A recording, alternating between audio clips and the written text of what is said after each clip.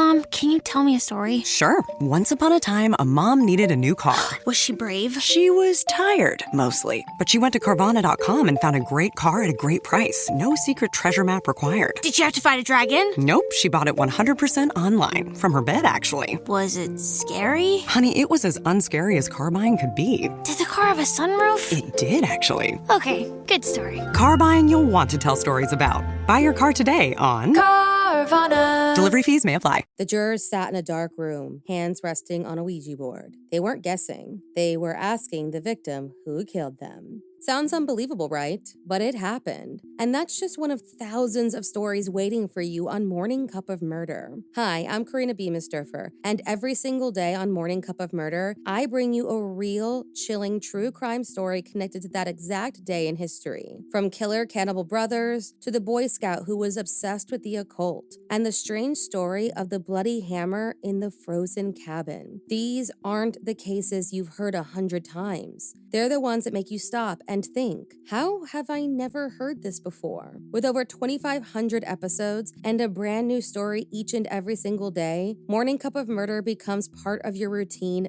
fast. If you like your coffee hot but your bones chilled, then sit back and start your day with a Morning Cup of Murder. Go listen to Morning Cup of Murder wherever you get your podcasts. And remember, stay safe. There's something about Atlanta. It's one of those cities that just has about everything. Music, culture, food, history, skyline views that stretch for miles, and neighborhoods that each feel like their own little world. For the most part, it's a city I genuinely enjoy being in. But if you've ever spent any real time there, you know Atlanta comes with a couple of guarantees, and one of them is traffic. And it's not just bad traffic, Atlanta traffic. The kind where you can be 10 miles away and still somehow an hour from where you're trying to go to. There's a saying that Atlanta is about an hour away from Atlanta. And honestly, that might be the most accurate description of the city you'll ever hear. The other guarantee is crime. Because underneath everything that makes the city what it is, there's another side to it. One that shows up in 911 calls, in moments of chaos, in situations where things go from normal to life-changing in a matter of seconds. This week we're heading to Atlanta, and we're going to listen to what that side of the city sounds like. Welcome back to Music City 911.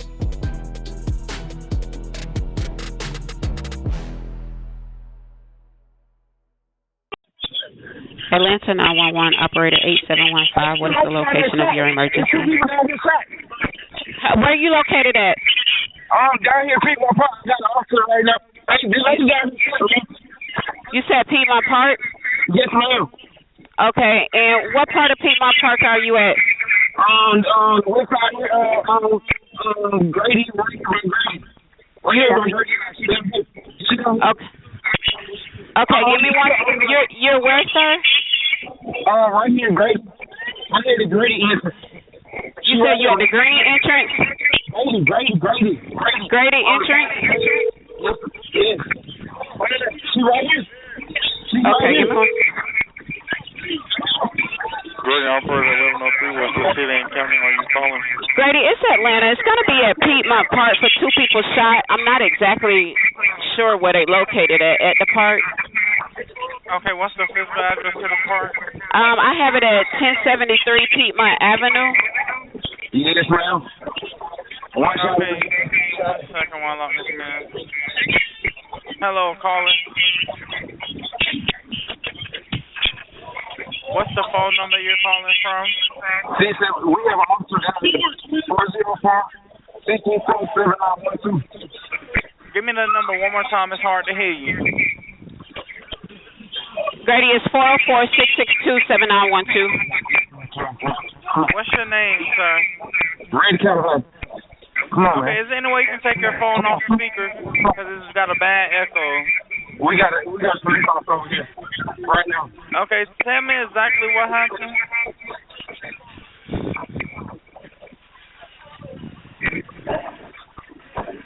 Okay, tell me exactly what happened.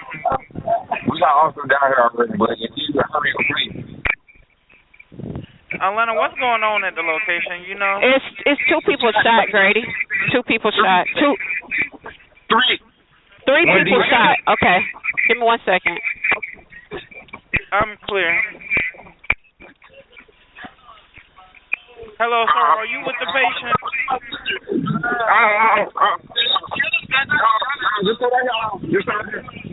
Hello, sir. Atlanta, is PD on scene with him already?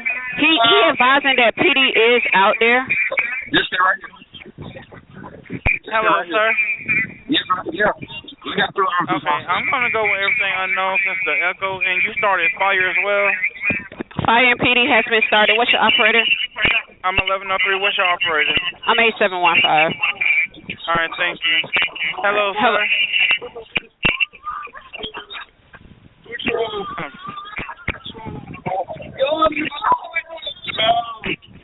Hello, sir.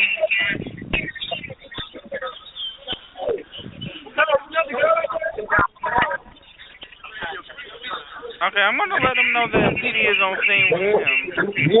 But do you know where exactly they at the park?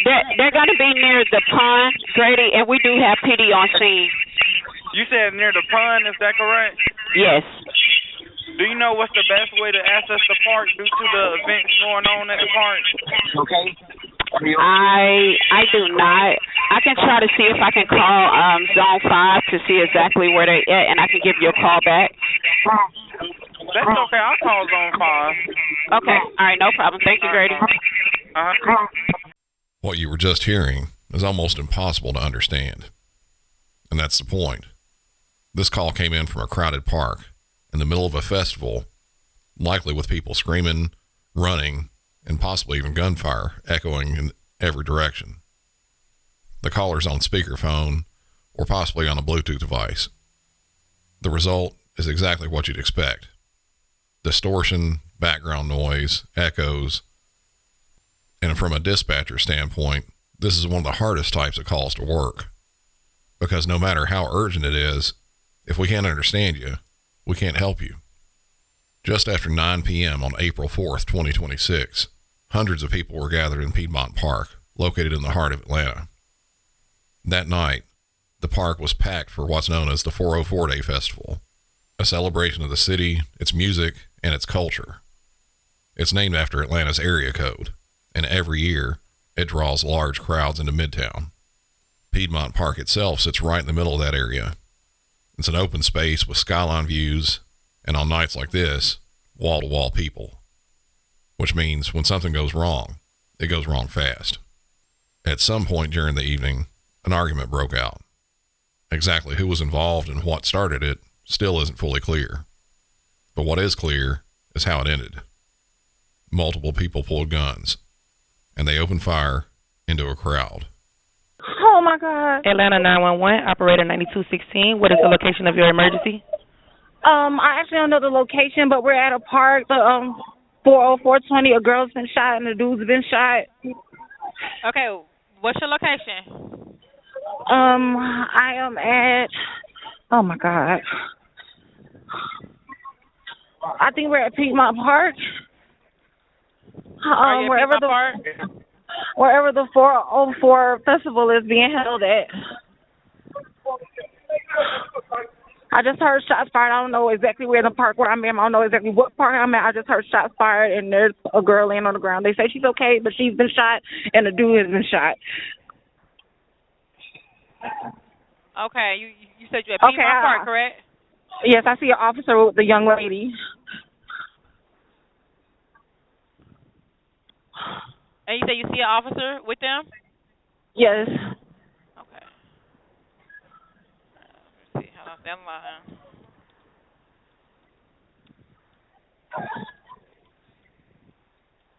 All right.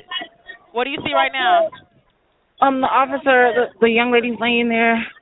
The officer's talking, and it's a group of people around. Everybody's kind of scattered right now. Wow. You said it's an officer with a female? Yes, there's two officers out here. But is it one with the female? Do me a favor, step back from me. Okay.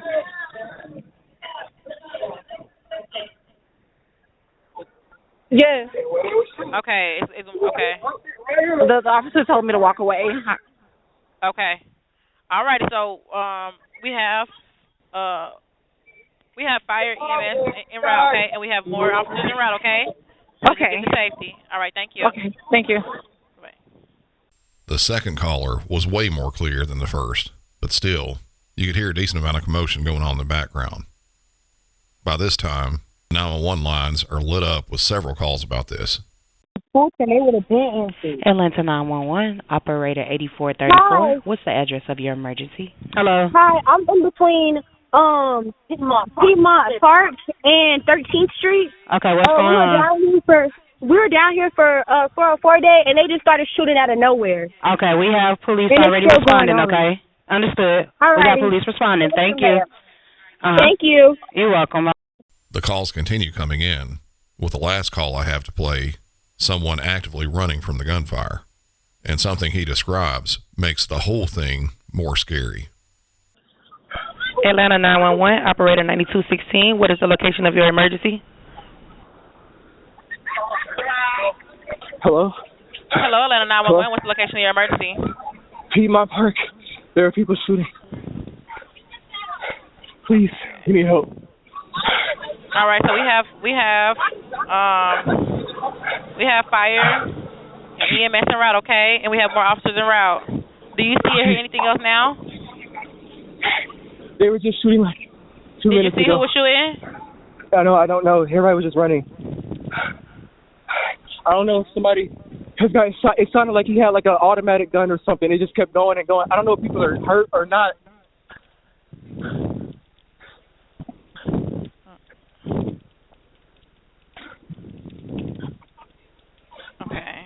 Okay, are you hurt? And the person, I don't think so. No, I think I'm okay. But I'm sure somebody is. When they started shooting, I heard somebody screaming in pain and stuff. Somebody out here is hurt, and it's not just one person. It's multiple people because there was gunshots on the north side of the park and on the south side of the park just now. Okay. All righty, so we have that call. I'm updating the call with the information. We have officers on scene, and we have fire en route, okay? Okay, thank you. No problem. As the information starts coming in, you hear different numbers. One caller says 3 people have been shot. Another says 2. What we know now is that there were 2 victims. 16-year-old Tiana Robinson was killed in the shooting. Another victim, a 15-year-old female, was shot and survived. And that mismatch in information, that happens on almost every call like this. Nobody has the full picture. They only have what they can see in front of them. And from the dispatcher side, this is where things become sort of a balancing act. You got multiple callers, conflicting information, no confirmed suspect description, and a large open area with hundreds of people. Every caller is giving you something a little bit different. One hears the gunfire, another one sees the victims, and one person thinks there are more people down than there actually are. And your job is to take all of that and turn it into something usable. As investigators started piecing things together, a little bit clearer picture began to form. Police believe that the shooting was not random, but also wasn't targeted towards the victims. Instead, it appears to have started as a dispute involving multiple suspects that were armed. At least 4 people are believed to have been involved in the gunfire. And in a setting like this, that's crowded, loud, and chaotic, that creates one of the worst case scenarios for law enforcement. Because when the shots are fired, witnesses start to scatter, suspects blend into the crowd, and the scene becomes almost impossible to control in the moment. Now, while I hope nothing like this ever happens to any of you listeners, if you ever have to call 911 in a situation like this, take the phone off of speaker, put it to your ear, and try to block as much noise as you can. Because even a few seconds of clear information can make a huge difference. At this point, no suspects have been taken into custody.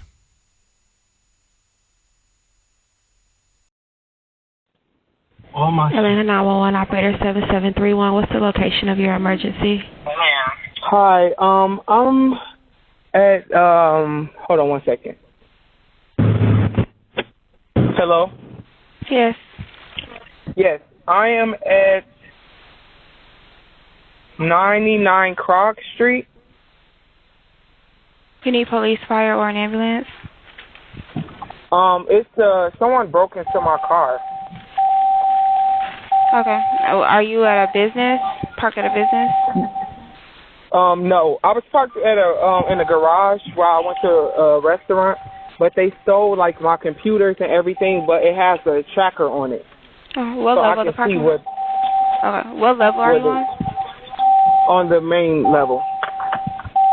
What kind of car do you have? It's a rental. It's a Wagoneer. What color? Black.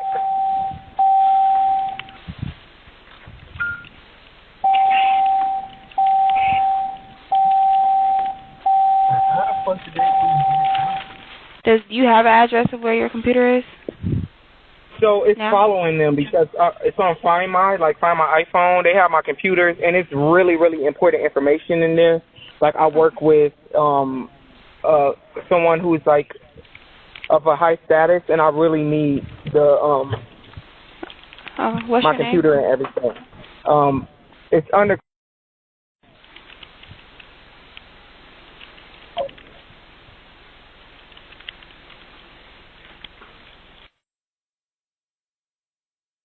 That's a good callback number for you. Yes. All right, we'll get an officer out there as soon as possible. Okay. Thank you. You're welcome. Bye. Bye. At first, this sounds like a routine call. It's just a car break-in. A laptop was stolen along with some personal items. In a city like Atlanta, this kind of call happens every single day, multiple times. Same thing as in Nashville and just about any other major city. It's the kind of report that usually gets handled, documented, and then filed away. But this one was different, because what was inside that vehicle wasn't just personal property. It was work. Pretty important work. The kind of work that, if it ends up in the wrong hands, can't really be replaced. On July 8th, 2025, officers there in Atlanta responded to the report of the vehicle break-in. The vehicle, a Jeep Wagoneer, had been left parked when someone broke into it and stole those items. The vehicle belonged to a man whose job isn't exactly ordinary. He works in the music industry at a very high level. A choreographer and creative director responsible for helping shape live performances and productions. Car break-ins, generally, it's just a simple theft. No violence, generally no suspects on the scene, and it's something that happens all the time. But very quickly it becomes clear that this isn't just any stolen laptop. The contents of that device had significant value, not just financially, but professionally and potentially publicly. The laptop contained unreleased material tied to Beyoncé. The music, production elements, and content that had not been made public. But one thing the 911 caller said, it really helped out police. The tracker. One of the stolen items had some sort of a tracking device attached to it, and that gave investigators a starting point. Instead of just taking a report and hoping something turns up later, they actually had some sort of direction. A way to actively try to locate the stolen property. As investigators followed that signal, they were able to narrow down where the items may have gone, and from there, identify a suspect. Eventually, an arrest warrant was issued, and past that, an arrest was made. The suspect was identified as 40-year-old Kelvin Evans, a man investigators say has a prior felony record. I wasn't able to locate those prior charges, though. For this, he was charged with theft by taking, entering an automobile, and other related property crimes tied to the break-in. At the time of their arrest, investigators believed he was in possession of or directly connected to the stolen items. As of now, the case has moved into the court system. Initially, Evans rejected a plea deal that was offered in March of this year. Prosecution now is seeking the maximum sentence of 6 years. This is expected to go to trial. This next bit, I don't have the 911 call for it, but I do have some incredibly exciting audio pulled from both officers' body cam and a police helicopter. On Wednesday, June 12, 2024, just after 5 p.m., officers there in Atlanta responded to a reported shooting at an apartment complex on Joseph E. Lowry Boulevard. As the officers began working the scene, they quickly learned this wasn't a random act. There were multiple suspects, 4 males, all believed to be traveling together in a blue Tesla. About an hour and a half after that shooting, officers were still looking in the area, looking for anything that might lead them to those suspects. And that's when they found it. A vehicle matching the exact description spotted near 10th Street and Techwood Drive. At that point, multiple units started converging. After officers lit the suspects up, they took off. That's where the pursuit started up. And it was flat out crazy. Southbound,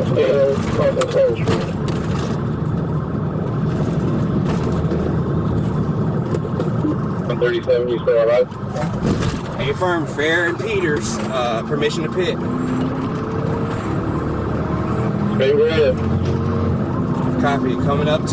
Should be coming up to Whitehall next. Stand by.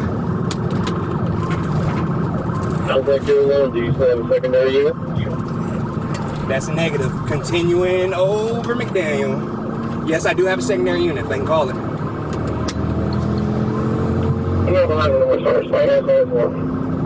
Alright, Phoenix, we got it. Let's call it. We got it. Got it on Peters going westbound. Westbound on Peters. Westbound on Peters. Westbound on Whitehall. Coming up to Oak. Long lanes of travel. Gonna be going 70 plus. Still on Whitehall. Heavy traffic over here, y'all. Heavy traffic over here. Almost 41. We are still south on Whitehall, crossing over RDA. Heavy traffic over here, y'all. Heavy traffic over here. Almost 41. We are still south on Whitehall, crossing over RDA. 60 miles, long lane, travel again, back on the right side. Green safe.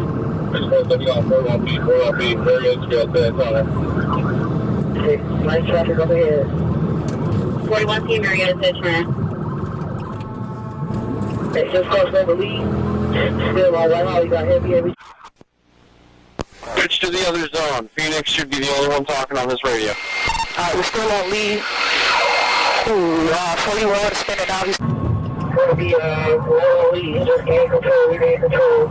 Spinning out. It's going to be right on Lee. He just gained control. We gained control. Continuing on Lee. The vehicle is slowing down. Still with it.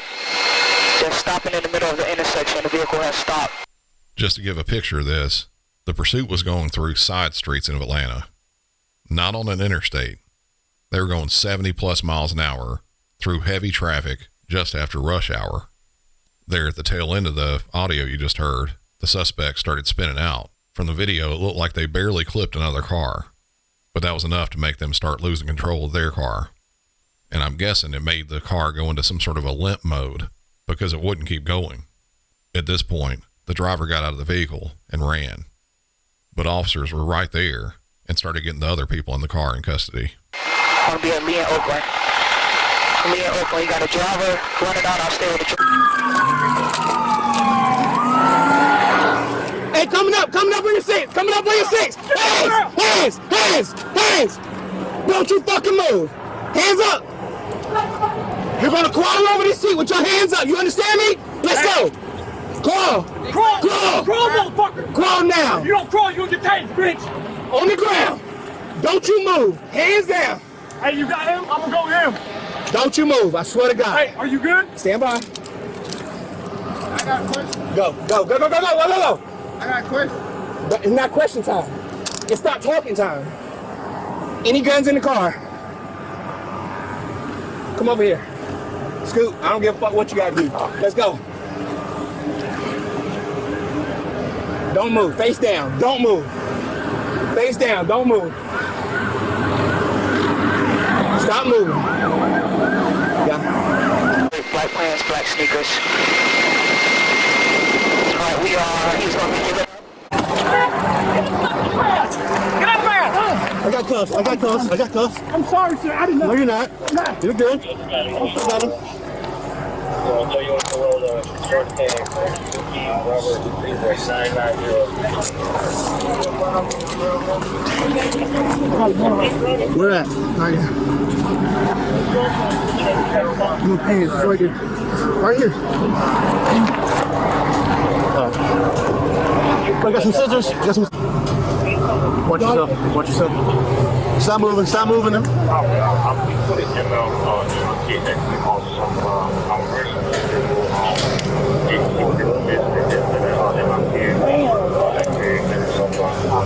He's good. He's good.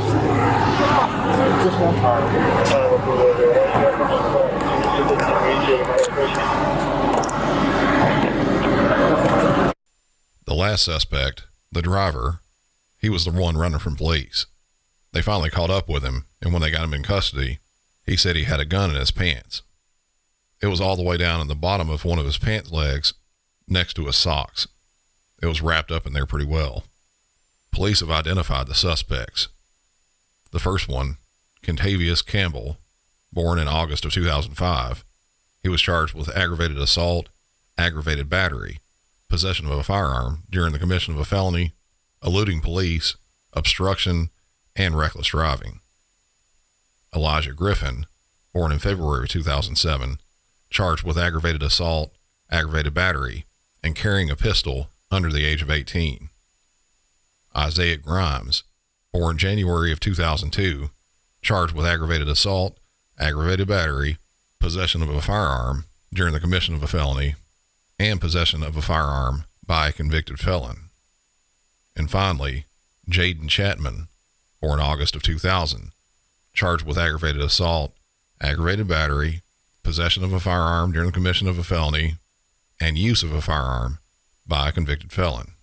As far as I could find, little else was broadcast about this. Chances are, with the charges like this, they're still all weaving their way through the court system. And to finish things up, something a little bit different. So there's a problem with 911 in general. People call it when they don't need to. I believe I've said on the show before, I would imagine that somewhere around 40 to 50% of the calls we get are butt dials or wrong numbers. I have no way to exactly confirm this, but I also believe only about 10% of the calls taken on 911 are actual life-threatening emergencies. You know, the kinds of calls that should be coming into 911. I can't tell you how many times in a day I hear, I don't know if this is an emergency or not. And exactly when I hear that, I almost always know it's not an emergency. It's usually a non-injury traffic collision, or, as we heard in the second incident, a vehicle break-in.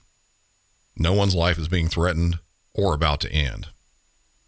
My point in saying all that, Atlanta has reached a boiling point with calls like this. So much so, the city of Atlanta put out a PSA, which included a very good example of someone who never should have dialed 911. Imagine, if you will, you're employed in Atlanta, Georgia, in the E911 dispatch center, working hard to help people in emergency situations. 2 hours into your shift, the phone rings. As you begin to transcribe the call, it occurs to you that this is no emergency, not in the least. The person who we've named caller number 2 dialed 911, the emergency line, and wants help with a clogged toilet. Atlanta 911, non-emergency operator. How can we help you today?